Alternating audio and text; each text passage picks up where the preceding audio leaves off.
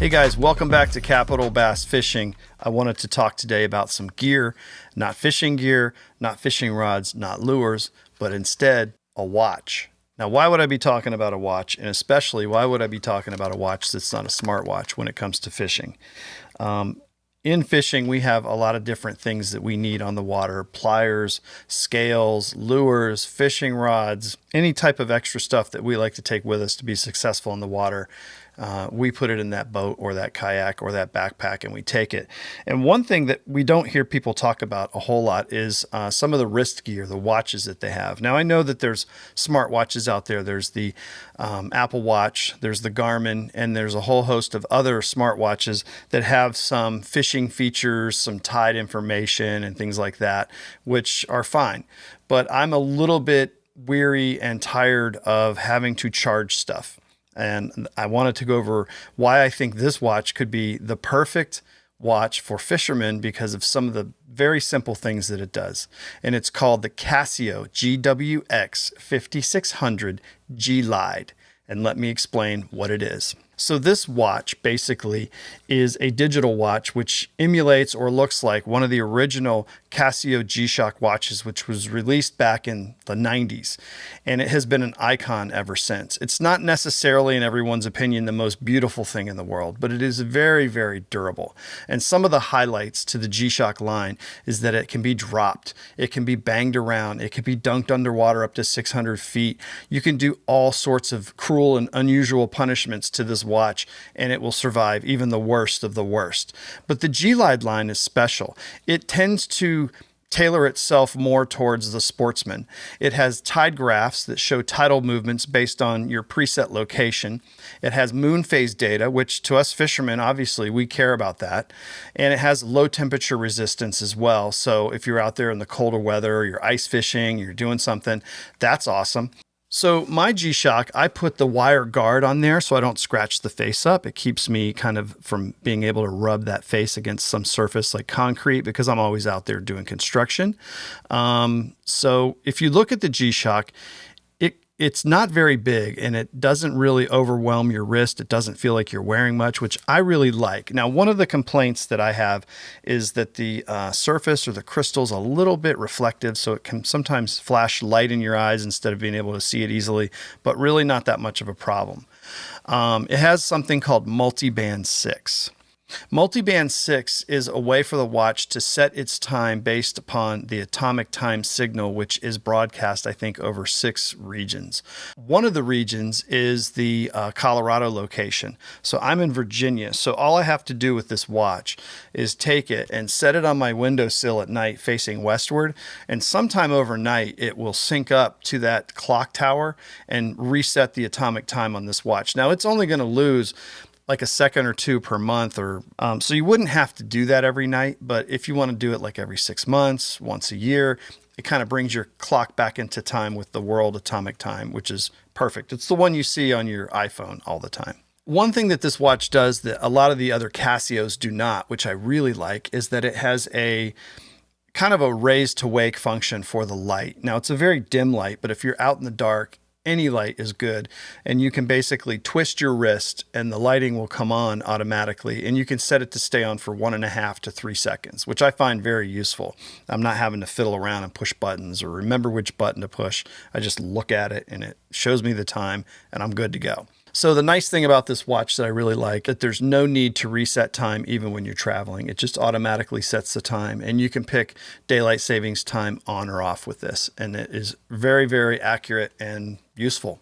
Let's talk a little bit about Tough Solar. Now, Tough Solar, I don't know what the tough part is, but around the edge of this watch is a little solar panel, I guess, and it brings in sunlight and lighting. You can set it next to a lamp and it will automatically charge the battery within the unit. You don't ever have to change the battery or charge this watch. You just wear it. If you stuck this thing in a dark cave without light, it would run, they say, 10 months. So you could go a month or two in total darkness and then come outside and start charging it again. It would keep on kicking. The other watch I have is called the Illuminator, and it's a really nice watch. It's not quite as durable as the G-Shock, but what I like about this one is the face is giant and it's really easy to see the time. And that's my work watch. Now, it has what's called a 10-year battery life rating, so it has a big one of those little round flat wafer type batteries in it. And I think it's rated for 10 years. So the thing about Casio that's going to be really nice is if you're a smartwatch person and you're having to charge it every single night or even sometimes in the same day, those days are gone. You don't have to do it at all, which I really love.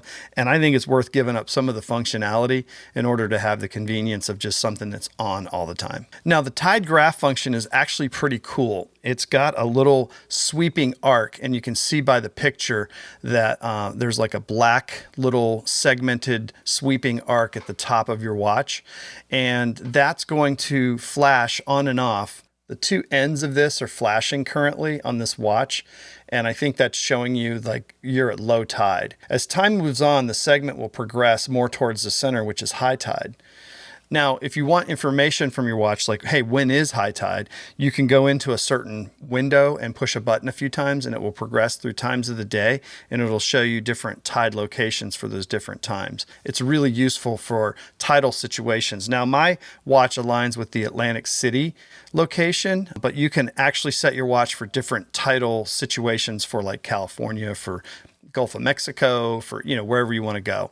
And the other thing is the moon phase. The orange that's showing is the moon that you'll see when you look up in the sky. So you'll know when it's a full moon or almost a full moon or waxing or waning, and you can kind of tell where the moon phases are going based on the way that it looks. And lastly, and not unimportantly, let's talk about the toughness of the G-Shock. It's shock resistant, and I don't know how much shock. I think the old rating used to be dropped from 10 feet, but I think I could drop this thing from 30 feet and it's not going to damage it at all. So this watch is rated for 20 bar or 200 meter waterproof, which is like 660 feet deep. So let's hope to God I'm never that deep in the water, but this thing is not going to leak if you're kayaking, splashing around, fishing, reaching in, grabbing those big bass, or even snorkeling, diving, or doing anything like that. This thing's going to be solidly built and never let any water in. This thing's built for the rugged outdoors. It's built for rain, salt, snow, grime, anything you can throw at it. It can take it. This particular version does have a little bit more of a blingy shine to it than the other G-Shocks, which I kind of liked because it was just different. The other ones have more of a matte black or just a standard low sheen.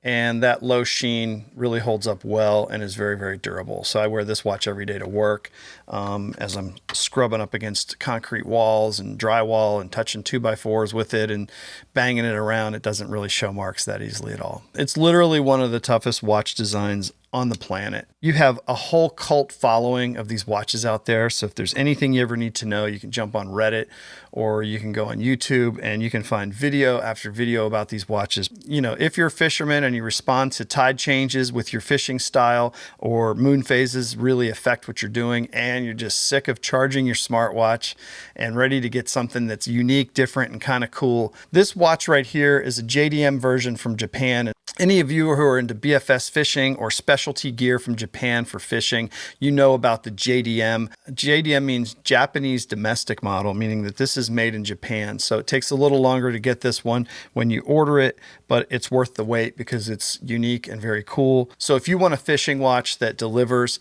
this 5600 Casio does not disappoint.